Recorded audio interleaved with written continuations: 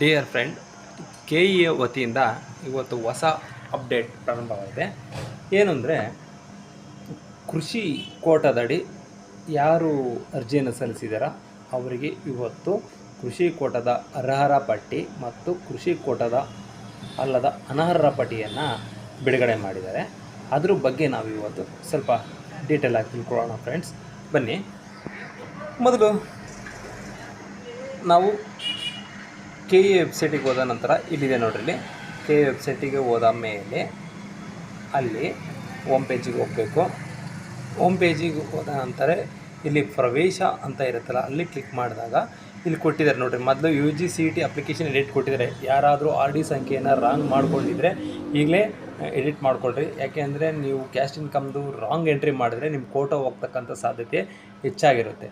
ಹಾಗಾಗಿ ಮತ್ತು ಇಲ್ಲಿ ಕೃಷಿ ಕೋಟದ ಅರ್ಹರ ಪಟ್ಟಿಯನ್ನು ಬಿಟ್ಟಿದ್ದಾರೆ. ನೀವು ಈ ಅರ್ಹರ ಪಟ್ಟಿಯಲ್ಲಿ ನಿಮ್ಮ ಹೆಸರನ್ನು ಚೆಕ್ ಮಾಡ್ಕೊಳ್ಬೇಕು.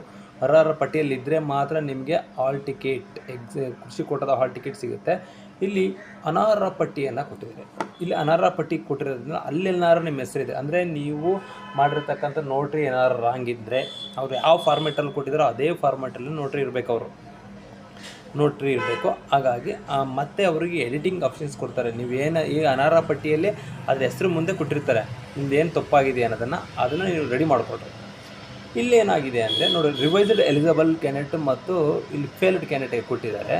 ಮತ್ತು ನಿಮಗೆ ಸದ್ಯದಲ್ಲೇ ಎಕ್ಸಾಮ್ ಅನೌನ್ಸ್ ಮಾಡ್ತಾಯಿದ್ದಾರೆ. ಅಲ್ಲಿ ಕೊಟ್ಟಿದ್ದಾರೆ ನೋಡು, revised dates will be announced. ಸದ್ಯದಲ್ಲೇ ನಿಮಗೆ ರಿವೈಸ್ಡ್ ಡೇಟನ್ನು ಕೊಡ್ತಾ ಇದ್ದಾರೆ. ಹಾಗಾಗಿ ಫ್ರೆಂಡ್ಸ್, ಯಾರು ನಿಮ್ಮದು ಎಲಿಜಿಬಲ್ ಲಿಸ್ಟಲ್ಲಿ ಇಲ್ವೋ ಅವ್ರ ಮುಂದೆ ರೀಸನ್ ಹಾಕಿರ್ತಾರೆ ಏನೇನು ತೊಂದರೆ ಆಗಿದೆ ಅಂತ. ಹಾಗಾಗಿ ನೀವು ಆ ರೀಸನ್ನ ಇದೇ ರೀತಿ ಹೊಸ ಮಾಹಿತಿಗಾಗಿ ನಮ್ಮ ಯೂಟ್ಯೂಬ್ ಚಾನಲನ್ನು ಸಬ್ಸ್ಕ್ರೈಬ್ ಮಾಡ್ಕೊಳ್ಳಿ. Thank you friends. ವಂದನೆಗಳು.